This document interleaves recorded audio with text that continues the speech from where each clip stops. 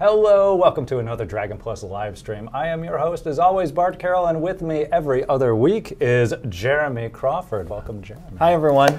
Jeremy, lead rules designer of Dungeons & Dragons, lead designer of the Player's Handbook, and the game's managing editor, and we have a lot to talk about with you today. So I'm going to immediately punt and ask how your Turkey Day was instead. I was good. I ended up taking the whole week off, and it was a week of playing D&D, thinking about D&D, preparing to run more D&D. So even on my week off, I was haunted by Dungeons & Dragons. It's a very happy haunting. That's good, yes. One of the things I was thinking about is the D&D game I will be running this coming Saturday at PAX Unplugged. People may or may not have seen that I might be running a group that they have heard of before. Its name is something like Acquisitions Latitude or something Incorporated. So let's talk about that. We've got PAX Unplugged for folks wondering that will be taking place this upcoming weekend, November 30th through December 2nd, Philadelphia, Pennsylvania.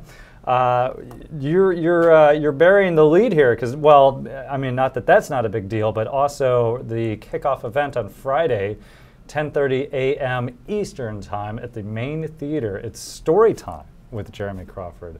And I'm reading the official description, so I did not write this, because there's story time is PAX's opening ceremony where an industry legend descends from their throne, and we know that I have a throne. That's what I was. Where is it? I wanted to ask about, but you're going to apparently descend from your throne to impart wisdom on all of us. This year's Storytime speaker is the one and only Jeremy Crawford, the lead rules designer of Dungeons & Dragons. What does that guy know? He knows a lot, trust me. I've mentioned this last time. It's not possible to stump you with any of the questions that have come in. Join him in kicking off PAX Unplugged 2018, as you will, apparently, take us on a narrative journey through your career, from its origins to your tenure at Wizards of the Coast. Yeah, they've asked me to talk about my earlier life and how that led to working on D&D and talking a bit about working on D&D and the state of the game. Well, very much congratulations. This is no small deal. We'll be obviously hosting the PAX channel on the D&D channel wherever possible. So tune in for Storytime with Jeremy Crawford, and you'll also be dungeon mastering some pretty key games at PAX as well. So. I look forward to it. I mean, there are a few things I like being as much as behind a DM screen. Well, it's a good statement. That's not nervous, not to jinx it or anything. I'm always a little nervous before I go on stage, but it's the good kind of nerves. I mean, also with our work, I'm one of those people where, you know, when the deadline is looming, I gain energy from that nervousness. I've tried to teach myself, because I'm nervous about it. I'd be nervous talking to you without the camera. But when there are things like events where you're just, I am nervous about, I've tried to trick myself, like, I'm not nervous, I'm excited. Yeah. Like, I can't get rid of the energy, but let's just refocus. Channel it. Yeah. So today, as already going fast and furious in the comments section already, so thank you for everyone tuning in. We had a release of the core rulebook Errata that went up last week. Oh, sorry, I'm going to stare off into space. That released last week that we wanted to sort of have you on to do a bit of a deep dive and exploratory discussion through. So if you do have questions about what took place in the Errata, please do put it in chat. Please do preface it with question. So yes, we do have a lot to cover. So why don't we, should we dive right in? Yeah, let's dive in. And how about we can start with the Dungeon Master's Guide, then dive into the Monster Manual, and wrap up with the Player's Handbook. Sounds good. Maybe to give it some context, maybe this is a silly question, but what is Errata, the purpose, and why this round of Errata? All right, so this round of Errata came out now because we wanted it to coincide with the release of the core book gift sets. We thought, hey, we're doing these fancy new versions of the Player's Handbook, DMG, and Monster Manual. This would be a perfect time for us to apply some of the corrections we've been considering. Because really what happens is potential corrections come in, I evaluate them, they then sort of sit there for a while as we consider, all right, if we've determined something is an error, what's the best way for us to fix it? What's the best way for us to change it that's going to be non-disruptive for people's games? Because we want to fix things, but we also don't want to then break things while we fix them. We want to actually gain ground if we're going to introduce the instability that is always introduced whenever something changes. Right. And I always want that instability to be as minimal as possible, which is why our changes tend to be pretty conservative. Sometimes I'll get asked, well, Jeremy, why didn't you just redesign X? Because everyone knows X is no good. And first off, I always have to remind people, remember, for every person who doesn't like X, there are probably 10 people who love it. And also, I don't want to destabilize a game that people love, people are playing all over the world, and also that people expect to work a certain way. I don't want you to sort of wake up one day and, you know, I or the team in general have released a document that just suddenly pulls the rug out from underneath you.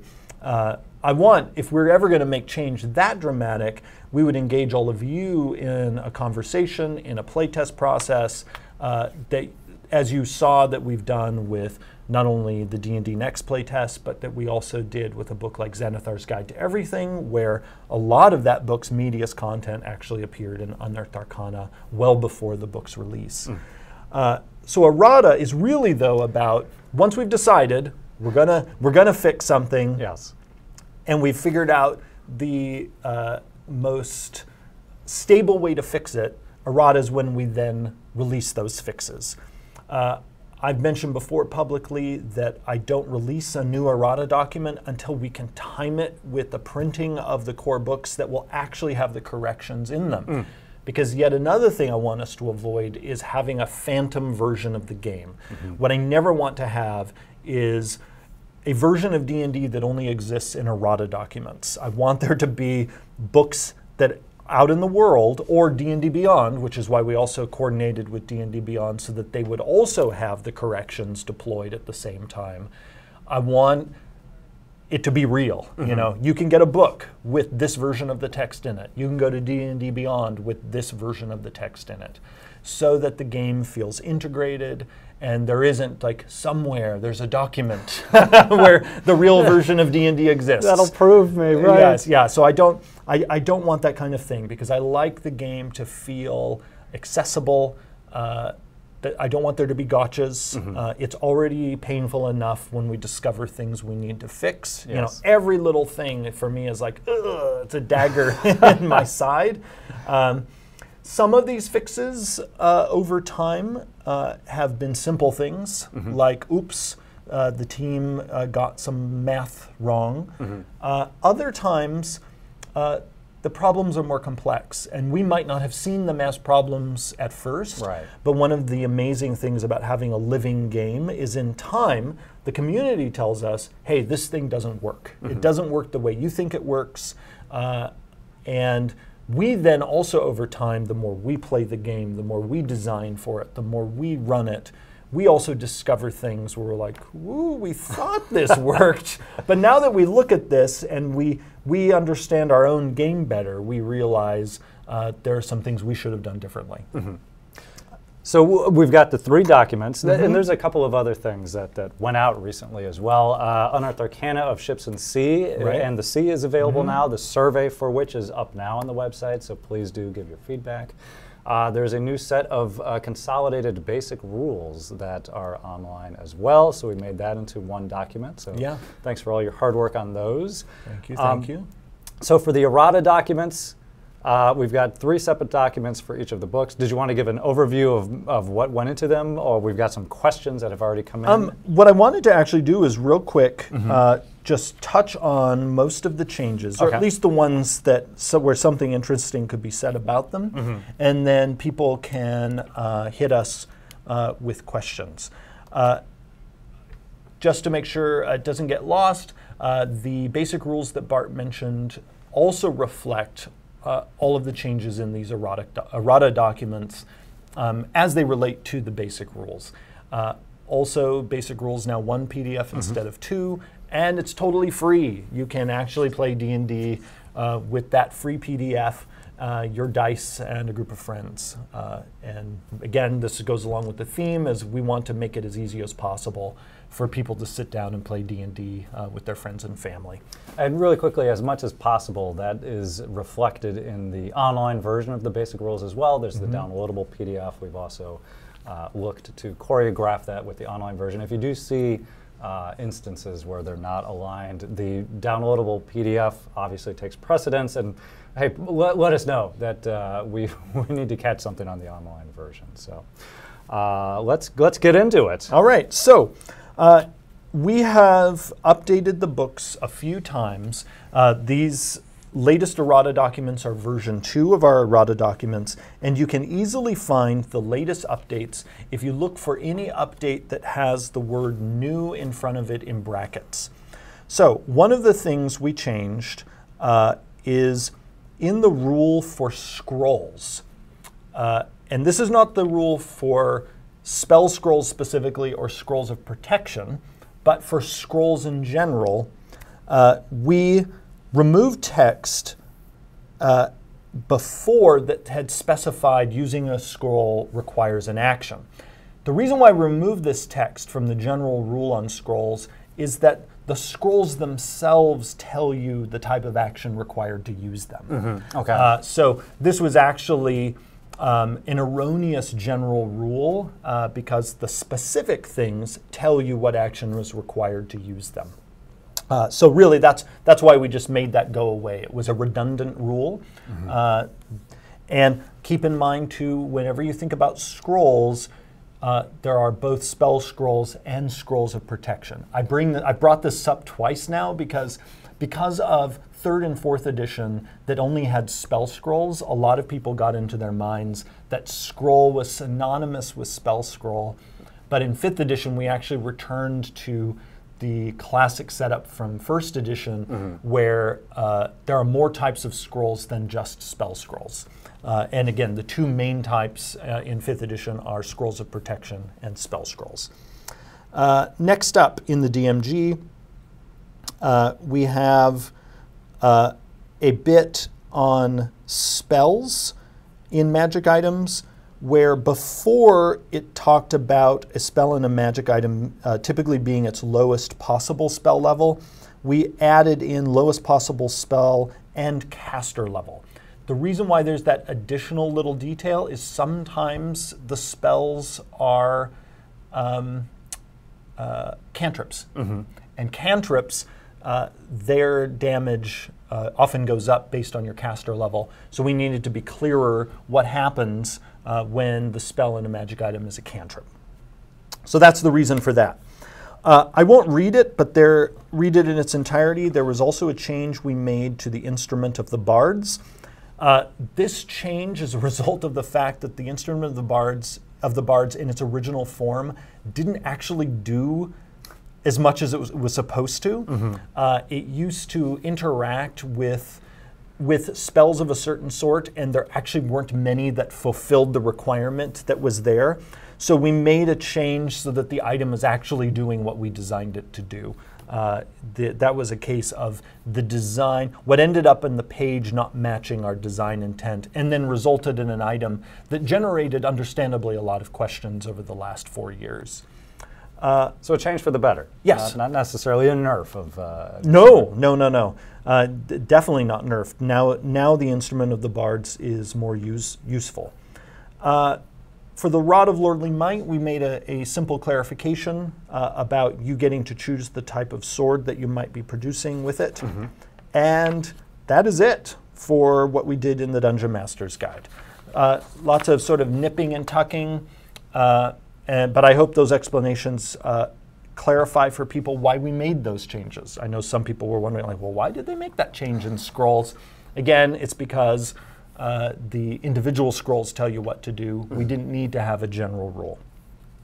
For the monster manual, there's really nothing of huge interest I want to delve in here because most of these are math tweaks. Although I will say, because of the number of druids who turn into bears. That's the one. That's the one that caught my eye in particular. Yes, that bears have now become a little more accurate than they were before. I will also mention there is actually, this is unusual for us to have to do this in one of the core books, there is actually a lore correction. We noticed when working on Mordenkainen's Tome of Foes that in the monster manual, we had made an error in one of our statements in the section on the Gith. And so you'll see that's why we have this correction here mentioning that in the little bit of story referred to here on page 159 of the monster manual, that it was Vlaakith that returned in that particular moment in the story, not Gith. So again, a rare case of us doing some story errata. You will notice, again, this is just, I bring it up because it's kind of funny, the Grell can now attack creatures and objects with its beak. We just going through discovered that we had randomly, for some reason, specified that the target had to be a creature, which we generally don't do for most monsters' natural attacks. Right. If your Grell, the DMs that you're running, wants to go gnaw on the door, it can now do so. Another bit that we modified is in lycanthropes. People have rightly wondered over the past few years what happens when a lycanthrope bites another lycanthrope. Well, and when people were asking that question, I realized, oh boy, we forgot to specify that the curse only applies to a non-lycanthrope. So once you have some form of lycanthropy, you're not going to start piling on forms of lycanthropy. I love that. That's just a question in the game, though. That would need to be addressed because there's been so many different interactions. Yeah, and then we made some tweaks in the werewolf, in the Thri-Kreen. The Priest Npc is now 5 feet faster. Again. Sometimes, especially when you have a book with as many details as this, we discover things that even make us scratch our heads, and that was one of them was, why does the priest have a speed of 25 feet? So heavy robes. It's hard to run in a robe. Yes.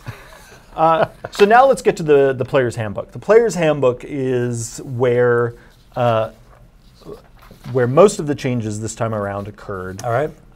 One of the reasons for that, and this we expect, is player mechanics is the part of the game that gets the most scrutiny. Because most people playing D&D, I mean, this is a simple math thing. Most people playing D&D are players, not DMs. And people are studying these rules. They're using them in their games. They are putting them through their paces.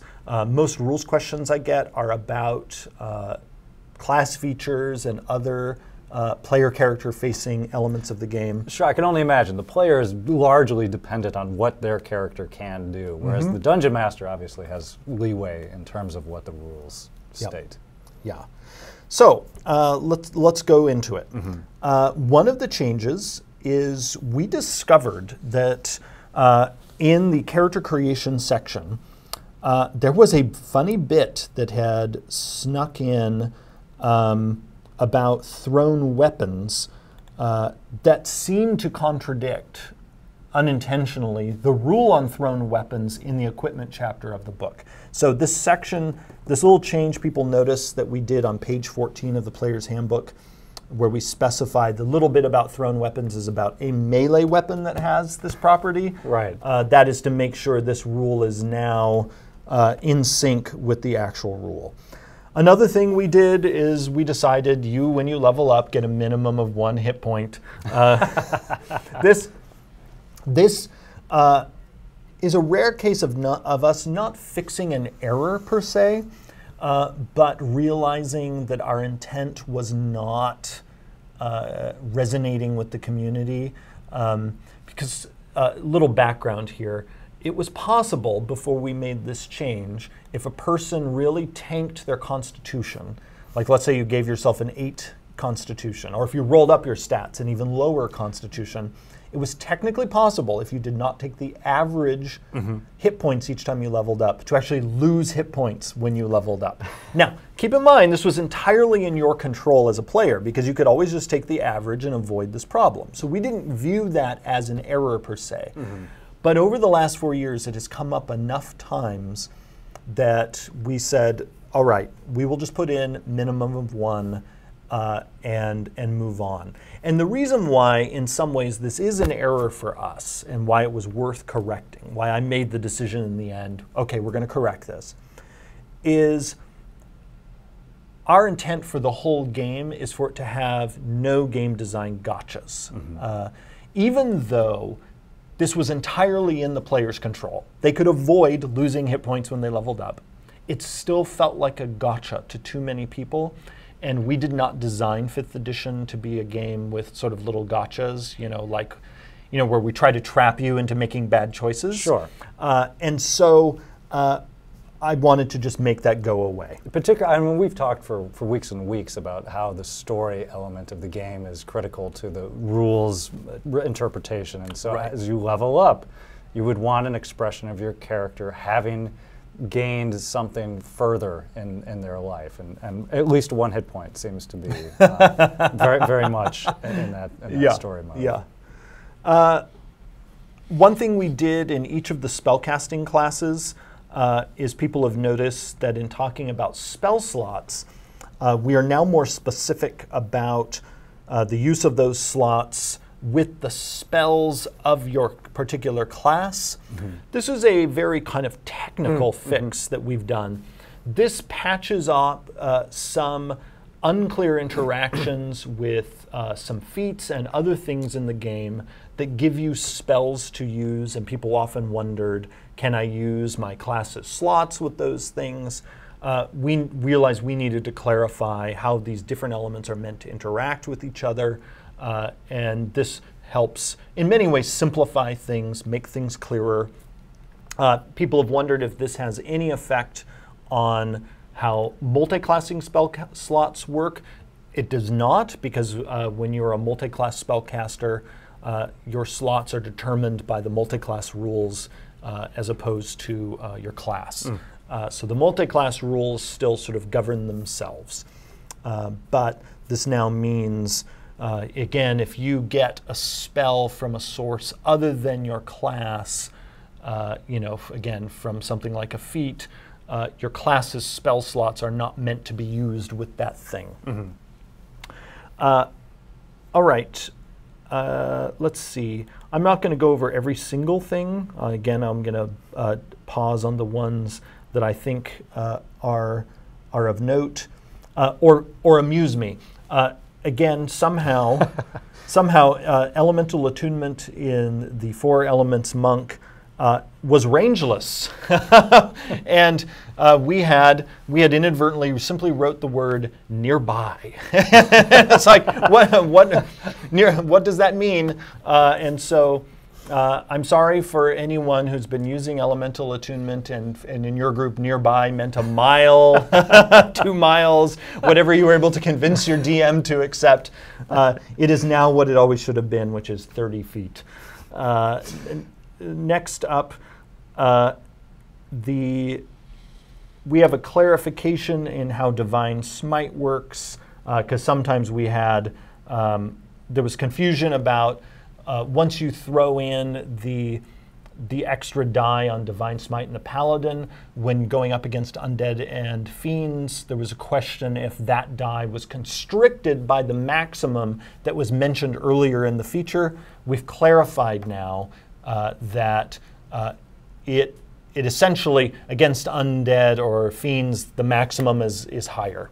And so this is not an example of us changing how this works. We're simply clarifying how many groups have already been using it. So at many tables, there will be no change at all in how you use Divine Smite. But for groups who thought that the maximum stated before was also pushing down the undead or fiend die, now you know the truth.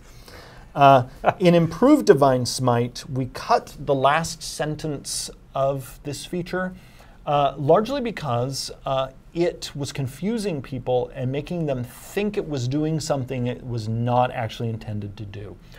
All the sentence was originally saying is that, hey, this damage you get from this feature, if you happen to be using Divine Smite, this is in addition to that other damage. This is a great example of what I sometimes refer to as unhelpful helper text. Sometimes it's very tempting for us as game designers to put in helpful things in rules that we end up regretting later.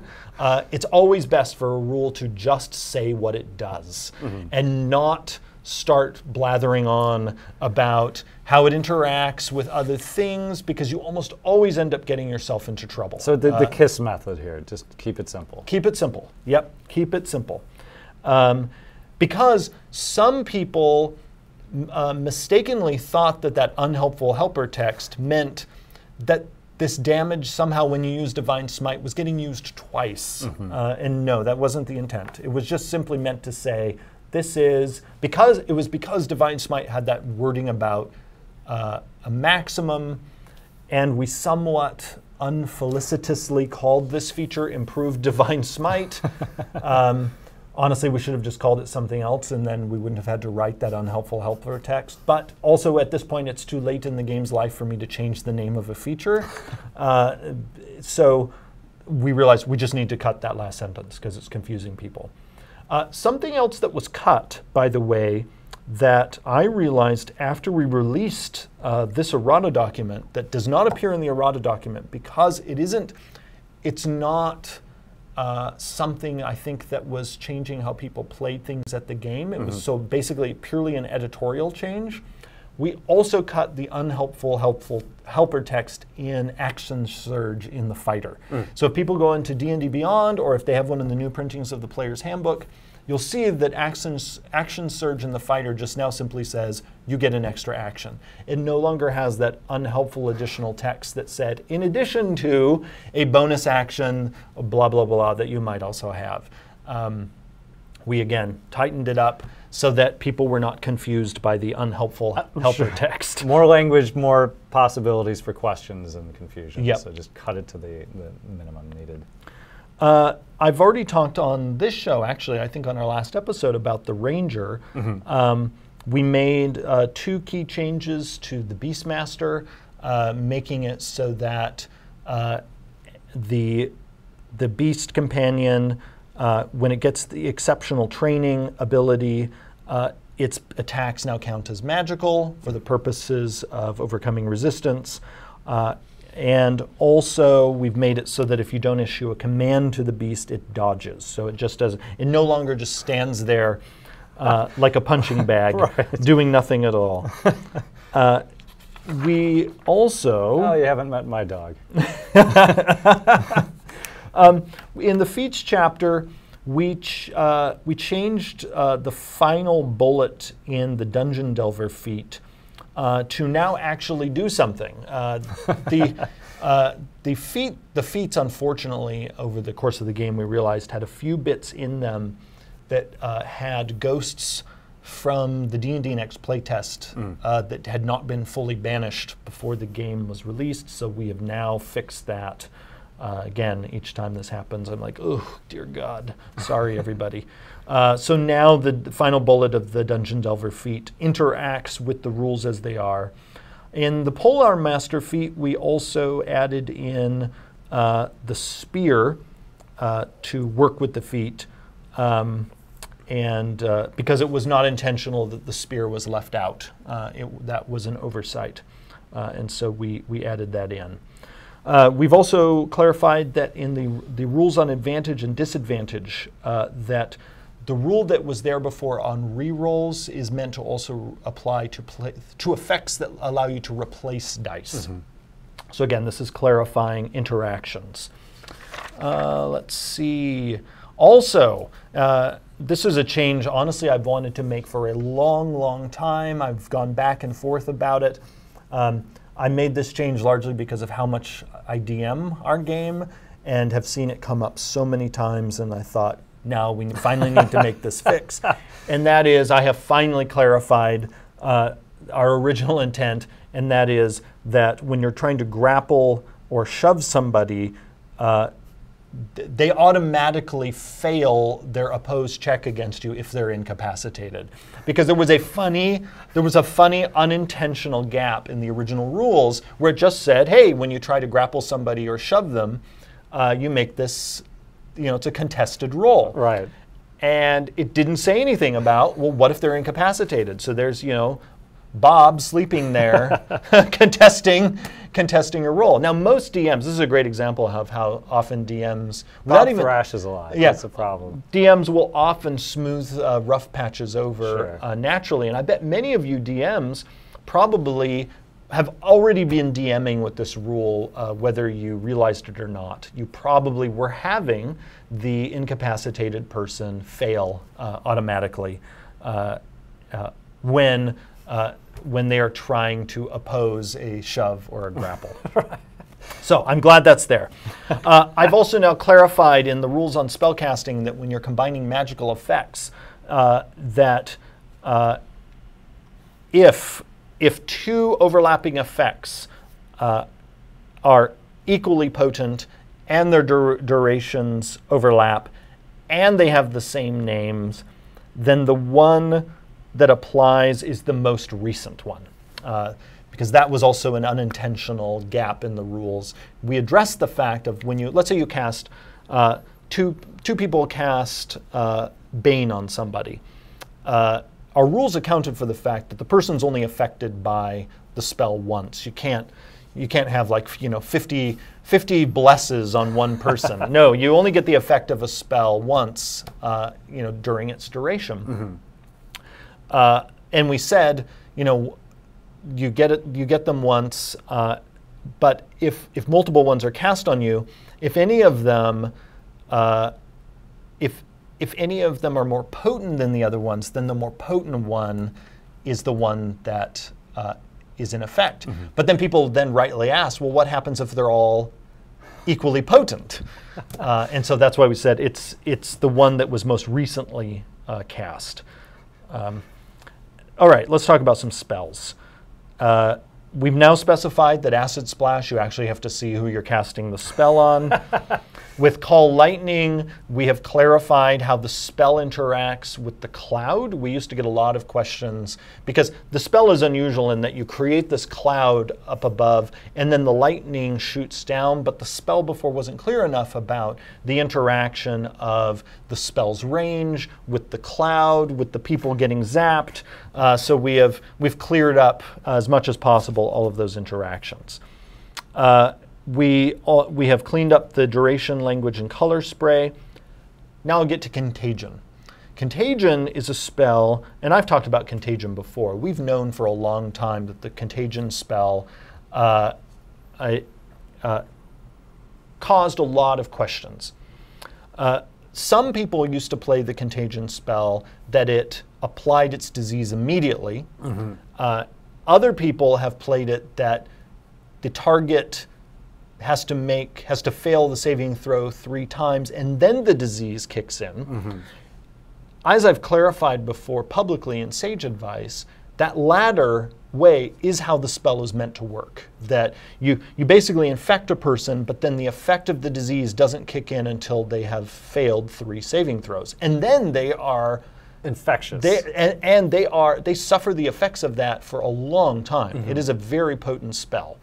But we realized over time there was continued to be enough confusion about this spell, despite the clarification in Sage Advice, that it was time to make the spell clearer, to make it so that when you all use it at the table, its effects are obvious. So, for anyone who was running it the way it was intended to be running, the spell actually got a boost in power. Because before, many of you were playing it that you cast it, nothing happens, the person makes their saving throws, and after 3 failures, now the effect of the disease kicks in. Well, now, the person, as soon as they're infected, they suffer the effects of the poisoned condition. Mm-hmm. So, for that group of you, the spell just got more powerful. For anyone where the spell's effects were kicking in immediately, the spell now got less powerful, but that had to happen because some of the disease effects that were available were simply too powerful and were not intended to kick in immediately.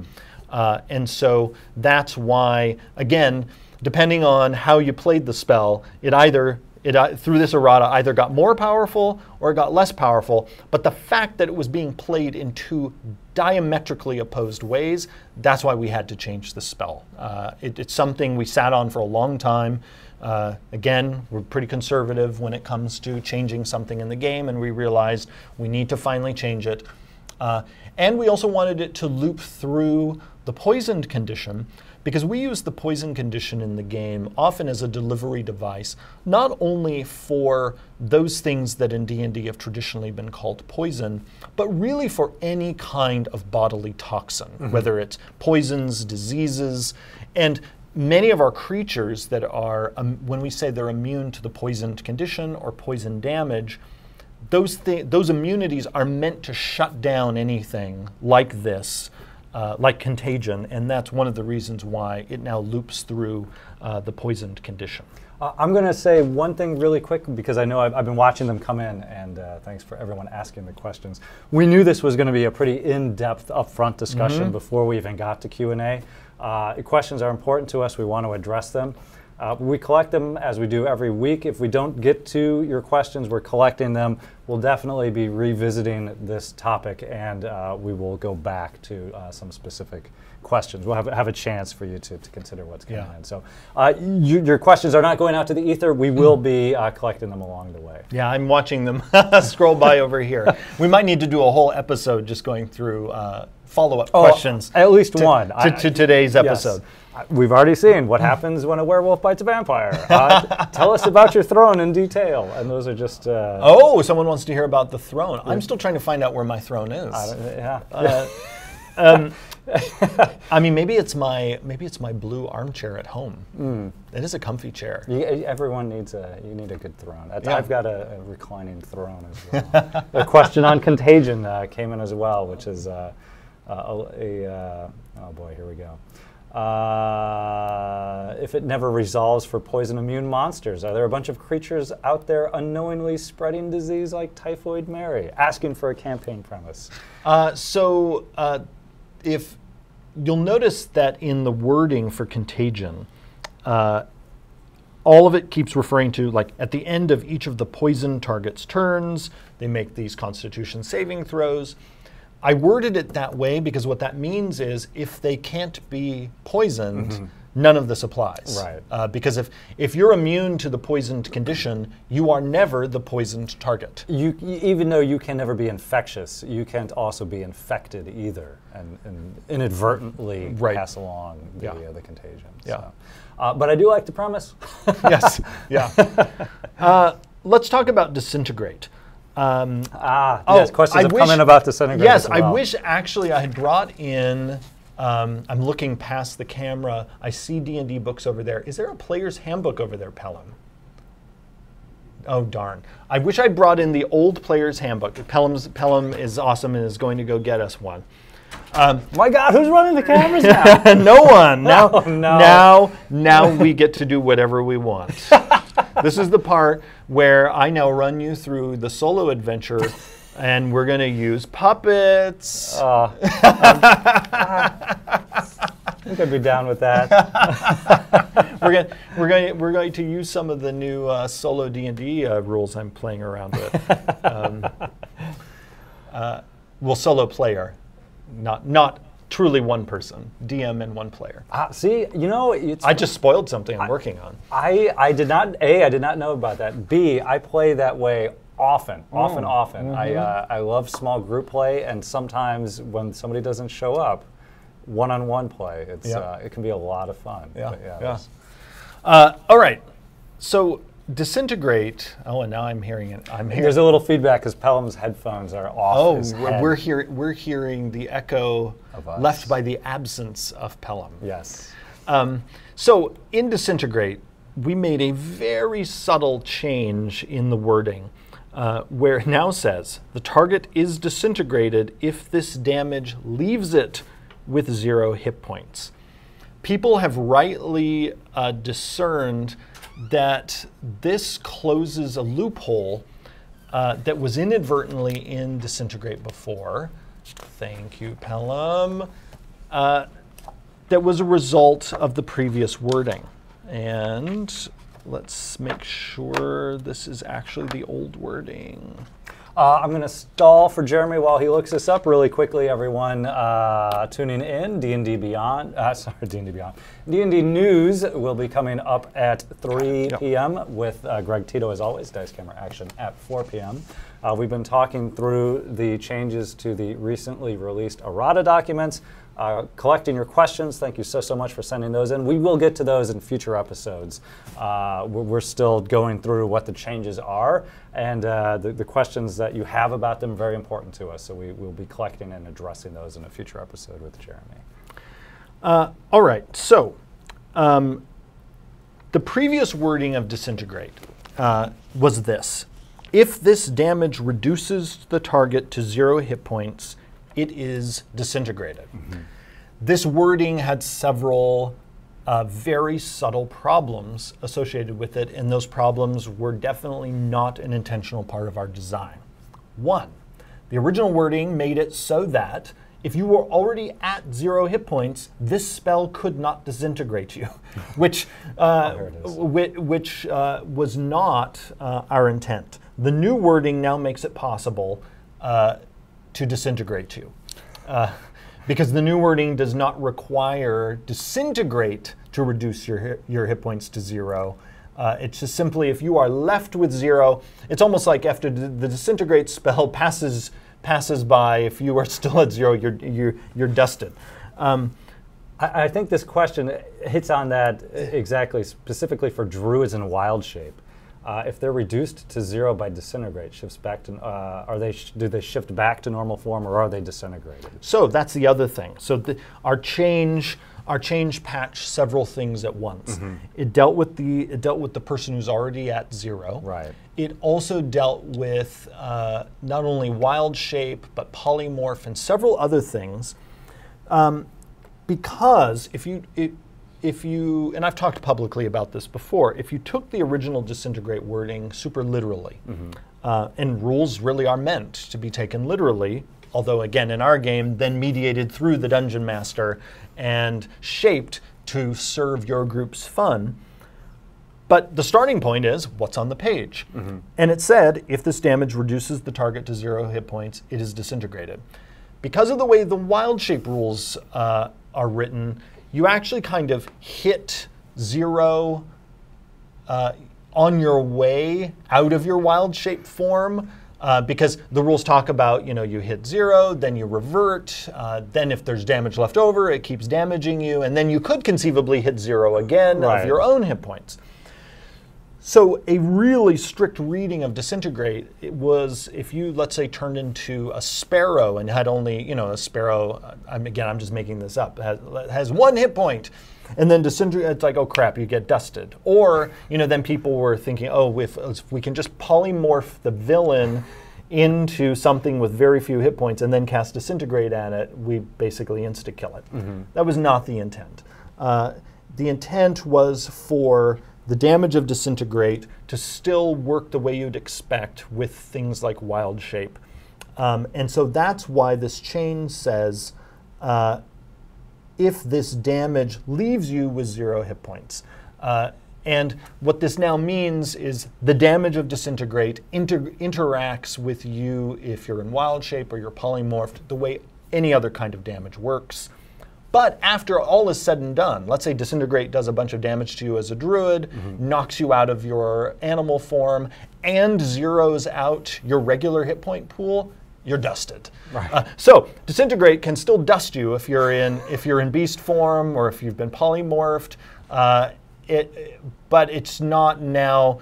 There's no longer this kind of funny loophole of just turn everyone into a house cat and then disintegrate them. Right. The loophole was what I was thinking of for like these phase changes that you right. And also, again, this closed several loopholes at once. in that you also now, if you're already at 0 hit points, you can be disintegrated. Loophole, good name for a spell. We talked about meantime in a previous episode. Yes. Let's talk real quick about Hero's Feast. There used to be some questions about can the caster of Hero's Feast benefit from the spell. We have made it so it's clearer that the cleric or whoever the caster is of the spell can benefit from it. With Levitate, we've now clarified that the object that you can cast it on needs to be a loose object. I cast it on the earth. Yeah, you're not ripping things off the wall with this spell. With the Sanctuary spell, we have now clarified that dealing damage will also shut off your Sanctuary. There were some weird loopholes where, like, you could cast a spell, then have Sanctuary cast on you, and then some spells round after round let you continue to deal damage, but you're not technically casting a spell. And it allowed you to benefit from Sanctuary while zapping everyone and dealing damage to them. Not the intent. Sanctuary is supposed to be all about being peaceful. And so we've patched that loophole as well. It just makes me think of the Homer Simpson episode, yelling Sanctuary. That's right. Reverend Lovejoy. Why did I teach him that word? With Simulacrum, we've now clarified the intent all along that the Simulacrum is a construct. The spell before got this close to communicating that fact because it talks about the fact in the Simulacrum spell that to restore hit points to the Simulacrum, you have to go through this costly process. But I realized the spell failed to clarify early on. Well, it's telling you this because the Simulacrum is a construct, meaning most of the healing magic in the game doesn't work on it. And so here is then how you repair it. This also has consequences for what other magical effects may or may not work on the Simulacrum. We have some clarifications in Sleet Storm, some clarified wording in Slow. In True Polymorph, we discovered that some groups were doing some very amusing things with True Polymorph because it wasn't specific enough about the objects you could turn people into. So we got a little more specific about the object is non-magical, that its size needs to be comparable, or at least no larger than the size of the person you're turning into an object, etc. I love this game, the questions that come up. Unseen Servant specified that it was a shapeless force, but because the Unseen Servant can interact with the environment, people have sometimes rightly wondered, well, how big is this unseen force? So we clarified that. One of my favorite changes we made in this errata is talk about an unintended loophole. We have, and some of you might be scratching your head about this one I'm about to get to, exhaustion. There's now a clarification that being raised from the dead reduces a creature's exhaustion level by 1. The reason why this is here is it used to be possible, again, if you went by how the rules were written literally, if you had a maximum levels of exhaustion, to not be able to come back to life because you'd instantly die from being at maximum levels of exhaustion. So essentially we made dying in this regard being like a short little nap and then you come back and your exhaustion goes down by 1. So that you don't end up in this horrible endless loop of I can't actually come back because the effort of coming back is the one thing, the straw yet again. I can't tolerate it. I'm going back to rest.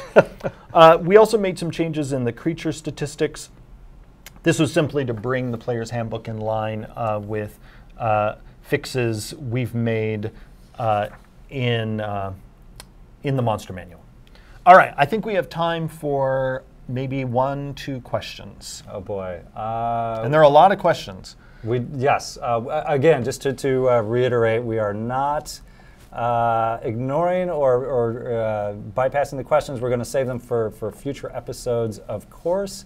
Combining magical effects, questions on the Demi-Lich, Arcane Cleric spell break into 2 heals on the same target. Oh, let's focus on questions that pertain to the errata. Oh, here we go. Okay. Can have a shield and weapon with the 2-handed property because it now says when you attack with.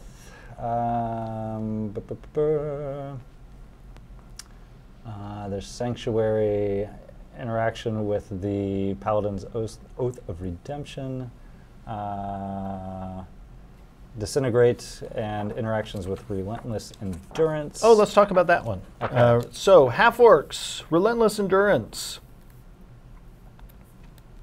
All right. Let's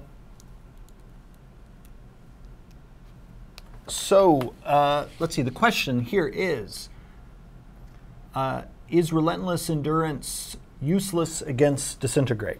All right, so the new wording also helps clarify how Disintegrate works with Relentless Endurance. Okay. So Relentless Endurance says, when you are reduced to 0 hit points, but not killed outright, you can drop to 1 hit point instead.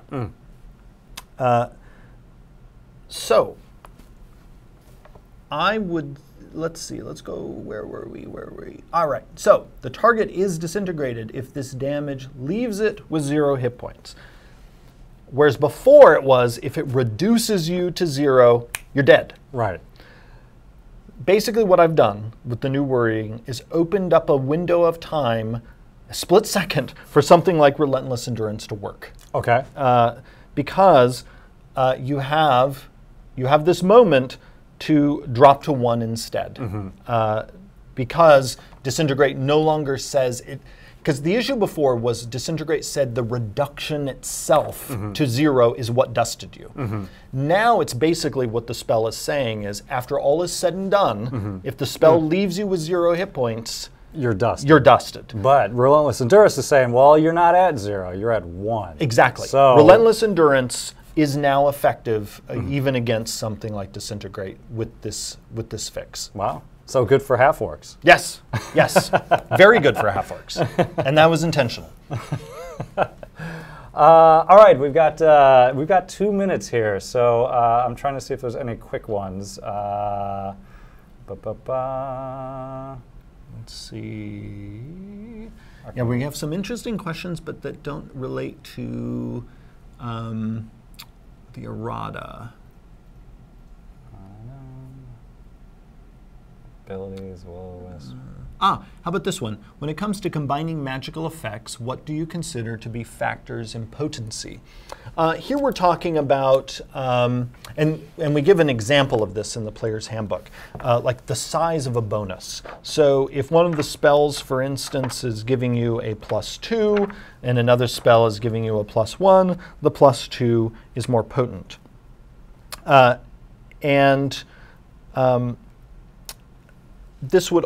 Potency would also include things like the amount of damage something is dealing, the amount of healing it might be giving. It's essentially anything that is quantifiable. That's really what we mean by potency. All right. Yeah. We're getting close to the top of the hour. We just started on your questions. So again, what we're going to do is collect your questions. We're going to go through them in a future Dragon Plus episode with Jeremy Crawford. Really quickly before we get to the end of the year, next week we'll be doing our final Dungeons and Doodles of the year, and then we might be off for a couple of weeks, but we will definitely be back in the new year. And you looked go. at me when you said Dungeons and Doodles. To be clear to everyone, I will not be drawing. More doodling. No, we will have Stan back in our studios next week, but we will be returning in the new year. I believe to go through. We'll definitely to go through more of the errata questions, for sure. In the meantime, yes, do please stay tuned for D&D News with Greg Tito. We've got Dragon Plus issue 23 will be coming out, I believe, at the end of next week. On behalf of myself and everyone involved, thank you so much for all of the donations with Extra Life. We officially crossed over the 200,000 mark. Nice. a couple days ago. So thank you to everyone who was taking part in any capacity. Thanks, as always, to our viewers, to our followers and subscribers, and thank you to our moderators for all that you do. Thanks again to Mr. Jeremy Crawford. And one more note, again, if you missed it at the top of the hour, Jeremy will be at PAX Unplugged this weekend, November 30th through December 2nd, not only running through the fine folks of Acquisitions, Inc., but delivering the Storytime keynote address. So please do tune in to the PAX Twitch channel over the weekend, and we'll look forward to seeing you there. Yeah. Thanks, everyone. Thanks, everyone.